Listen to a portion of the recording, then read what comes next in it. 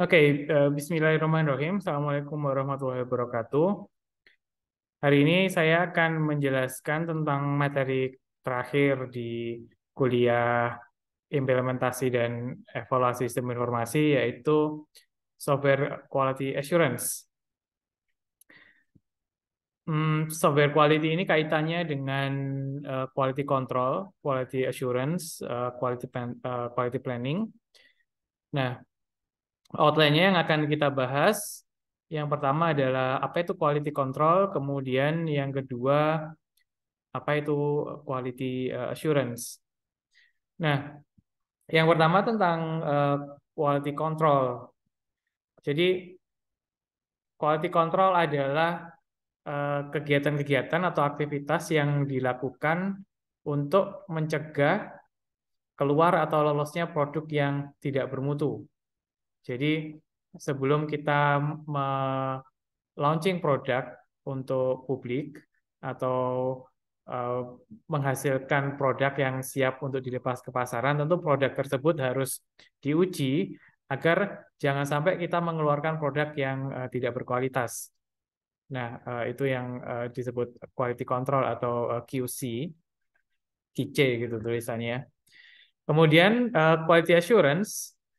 Jadi intinya ketika kita ingin memastikan produk itu baik, kita harus melakukan quality control.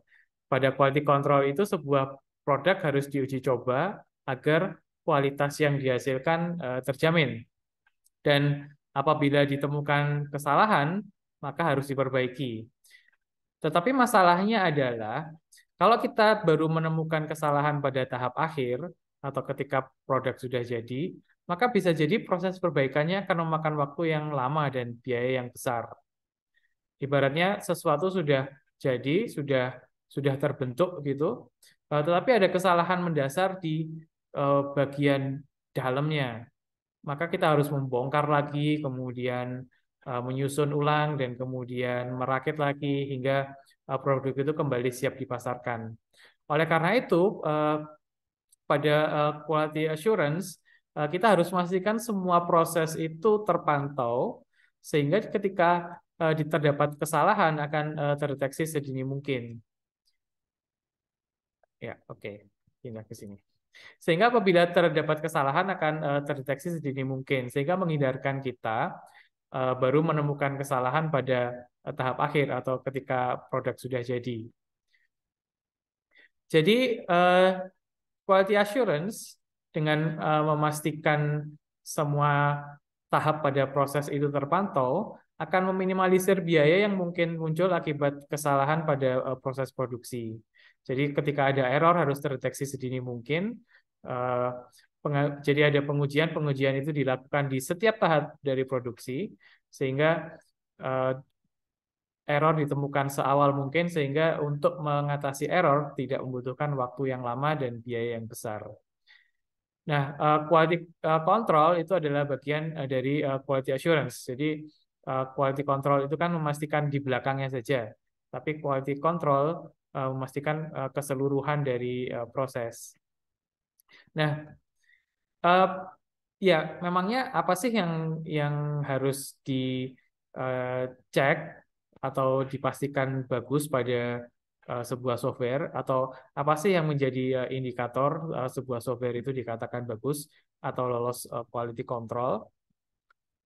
Jadi eh, sebuah perangkat lunak atau software harus memenuhi kriteria tertentu untuk dapat dikatakan berkualitas atau memenuhi quality control tadi. Menurut IEEE, definisi software quality itu sistem, komponen, dan proses dalam software memenuhi persyaratan yang sudah ditentukan atau requirements. Kemudian, sistem, komponen, proses dalam software juga memenuhi ekspektasi pengguna. Ya, dua hal itu yang harus dipenuhi untuk memastikan bahwa software memiliki quality yang baik. Nah, memangnya kalau kita bikin software, apa sih kesalahan-kesalahan yang umum terjadi? Terdapat 9 kesalahan yang umum pada proses software development. Yang pertama, kesalahan mendefinisikan tujuan atau requirements. Kemudian ada miskomunikasi antara klien dan developer. Kemudian software yang dihasilkan menyimpang dari requirement awal, kemudian ada beberapa error, logical error, coding error, prosedur error, documentation error, kemudian proses testing yang tidak menyeluruh, dan coding yang tidak sesuai standar dan dokumentasi. Setelah ini akan kita bahas satu persatu. Yang pertama adalah kesalahan dalam mendefinisikan requirements. Jadi pada tahap awal pembuatan software itu seharusnya ada komunikasi gitu ya antara klien dan developer. Nah, yang pertama klien harus mendefinisikan kebutuhannya itu apa. Jadi klien harus punya pedoman yang jelas. Saya itu butuhnya dokumen-dokumen seperti ini loh. Tolong developer membuatkan. Ya, tetapi kadang-kadang klien sendiri tidak paham apa kebutuhannya. Jadi mungkin klien tidak punya background IT gitu, sehingga kemudian dia tidak tahu. Sebenarnya saya ingin sistem saya harus ngapain aja gitu. Kadang dia juga tidak tahu. Nah, disitulah developer ya harus membantu ya. Salah satunya tugas developer membantu klien mendefinisikan kebutuhannya dia sendiri karena kadang dia tidak paham. Jadi kesalahan yang umum terjadi, klien mungkin keliru dalam menentukan kebutuhan, kemudian kebutuhan yang penting itu terlewatkan, kemudian definisi requirement tidak lengkap, kemudian terlalu banyak fitur tidak penting. Nah, developer harus membantu klien untuk mendefinisikan requirements ini. Nah, kemudian terkadang ada masalah juga dalam komunikasi antara klien dan developer. Jadi di tahap awal yang seharusnya developer menggali kebutuhan klien, bertanya-tanya gitu, mungkin ada kesalahan yang umum terjadi. Yang pertama yang tadi klien tidak dapat menjelaskan requirement-nya kepada developer. Kemudian bisa jadi klien sudah menjelaskan tapi developer tidak paham. Kemudian yang ketiga bisa jadi setelah komunikasi pertama gitu ya, klien menyampaikan kebutuhannya, requirement-nya, kemudian developer menawarkan solusi, bisa jadi klien tidak paham dengan solusi yang diberikan developer, sehingga apapun yang dibilang developer si klien setuju-setuju aja. Oh iya iya iya gitu gitu gitu. Oke oke sudah bagus. Padahal sebenarnya mungkin ada kekurangan dari solusi yang disampaikan oleh developer. Kemudian berikutnya yang mungkin terjadi, kesalahan yang biasa terjadi, software menyimpang dari requirements awal. Ini biasanya terjadi kalau developer sukanya bikin program atau bikin software baru itu dari template. Nah, template dari project-project yang sudah dia buat sebelumnya, tanpa analisis mendalam dari template itu mana sih yang harus dimodifikasi atau mana sih yang harus ditambahkan. Kemudian mungkin karena keterbatasan waktu, terkadang developer men-skip beberapa kebutuhan klien. Ya, contohnya mahasiswa gitu, kalau misalnya mengerjakan project tapi menjelang deadline, nah menjelang deadline ternyata masih banyak yang belum dikerjakan. Nah, beberapa fungsi yang seharusnya ada di-skip atau tidak diberikan. Nah, sama mungkin software developer juga begitu karena waktu atau deadline untuk mengerjakan proyeknya sudah hampir habis, beberapa hal itu tidak dibuat.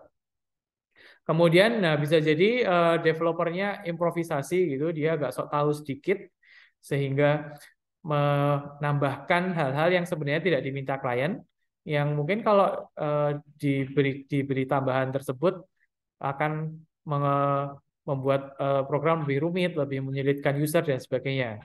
Nah, ini juga harus dihindari. Jadi itu beberapa hal yang membuat software menyimpang dari requirements awal.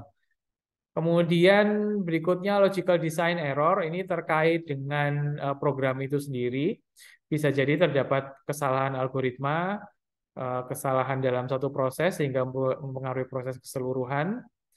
Kemudian tidak akurat dalam menentukan boundary, ya pernah kita bahas ya dalam materi black box testing. Jadi batas-batasnya itu mungkin ada yang keliru, misalnya kayak kasus kemarin batas klien, batas nasabah perbankan atau user mendapat tambahan diskon dan sebagainya.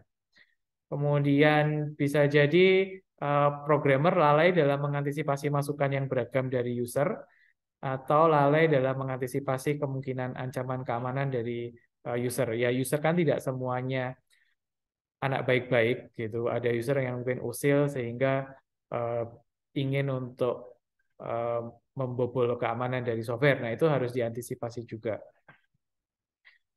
Kemudian error yang terkait dengan coding. Ini maksudnya error yang tidak dapat deteksi oleh compiler ya. Maksudnya bukan error yang kurang titik koma gitu atau kurang tanda kurung yang biasanya kalau kita eksekusi akan langsung memunculkan error dari compilernya itu sendiri. Bukan. Maksudnya ini error yang tidak muncul di situ tapi uh, terjadi. Jadi misalnya kesalahan dalam logika pemrograman, misalnya algoritmanya keliru gitu, kemudian misalnya tipe datanya keliru, nama variabelnya keliru, atau penggunaan variabel yang sama beberapa kali. Padahal ada perubahan isi variabel pada penggunaan sebelumnya. Nah, ini sering-sering terjadi ya. Kemudian berikutnya kesalahan yang umum adalah terkait dokumentasi. Jadi dokumentasi itu bagian penting ya dalam pengembangan software. Eh, Tidak bisa Anda bersikap seperti seorang JD gini. Jadi kalau ada yang nanya eh, software ini dokumentasinya mana gitu, ngapain ada dokumentasi? Akulah dokumentasinya gitu, sombong banget. Jadi tidak bisa Anda bersikap seperti itu. Jadi dokumentasi itu adalah bagian penting dalam pengembangan software. Kenapa? Karena bisa jadi yang membuat software itu kan tidak hanya Anda. Jadi software itu bisa jadi dibuat oleh banyak orang, banyak tim, banyak grup.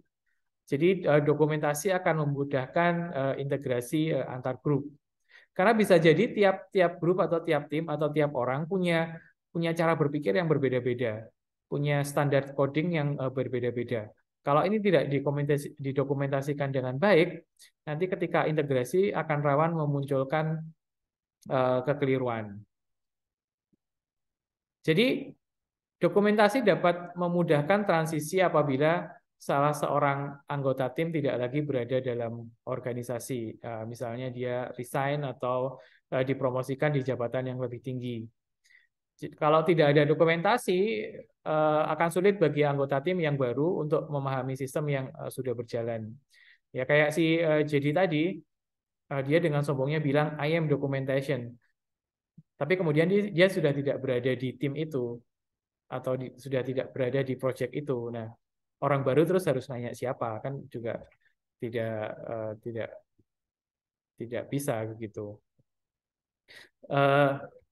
Sehingga dokumentasi yang baik itu akan meminimalkan kesulitan untuk programmer baru di masa depan. Jadi jangan sampai ada kejadian seperti ini. Jadi ya ini memes yang cukup umum ya terkait dokumentasi, guyonan yang cukup umum terkait dokumentasi. Jadi tidak boleh Anda uh, bikin program di mana cuman Anda yang tahu itu ngapain gitu. Jadi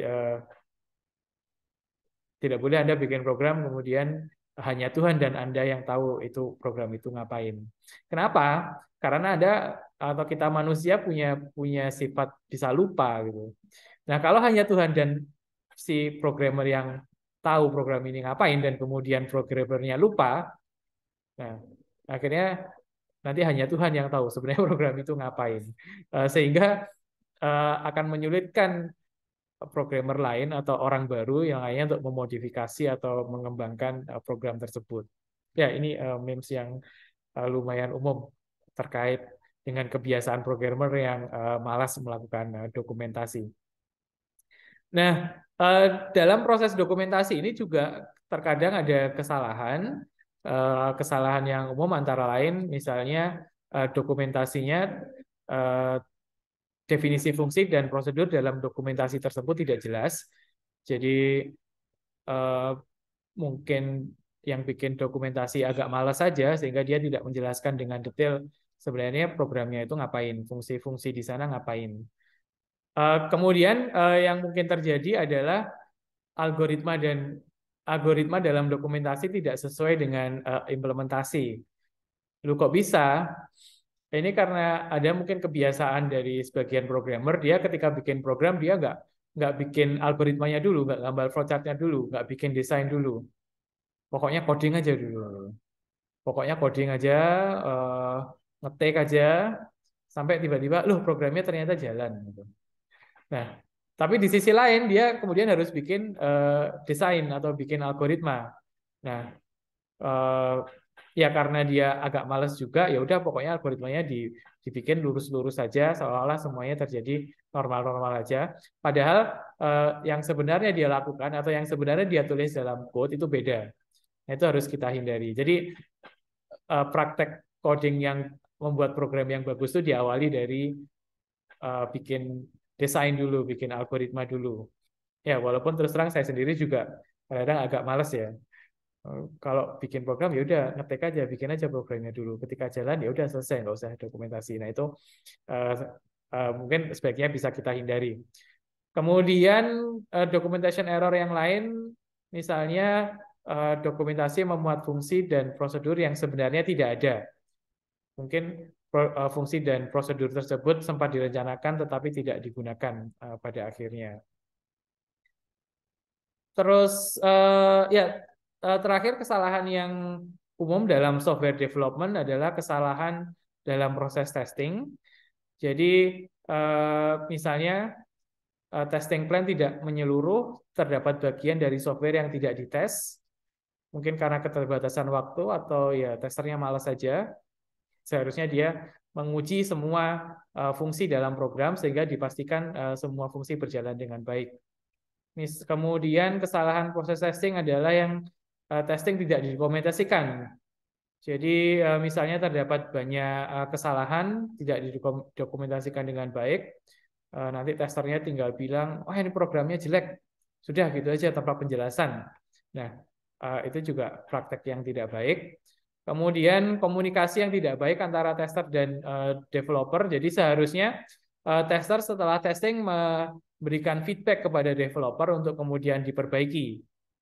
Ya kalau komunikasi antara tester dan developer tidak baik, bisa jadi mereka salah paham, sehingga akibatnya si program ini tidak dibetulkan lagi, padahal terdapat kesalahan. Nah, atau ya developer tidak memperhatikan hasil testing, sehingga ya percuma dites, karena tidak diperbaiki oleh developer. Nah, ya jadi itu contoh-contoh kesalahan yang umum dalam software development. Jadi proses quality assurance harus memastikan kesalahan-kesalahan tersebut tidak terjadi. Baik, saya rasa hanya cukup sekian ya kuliah tentang software quality assurance. Selamat menempuh UAS besok. Semoga sukses dan mendapatkan hasil yang baik. Terima kasih. Wassalamualaikum warahmatullahi wabarakatuh.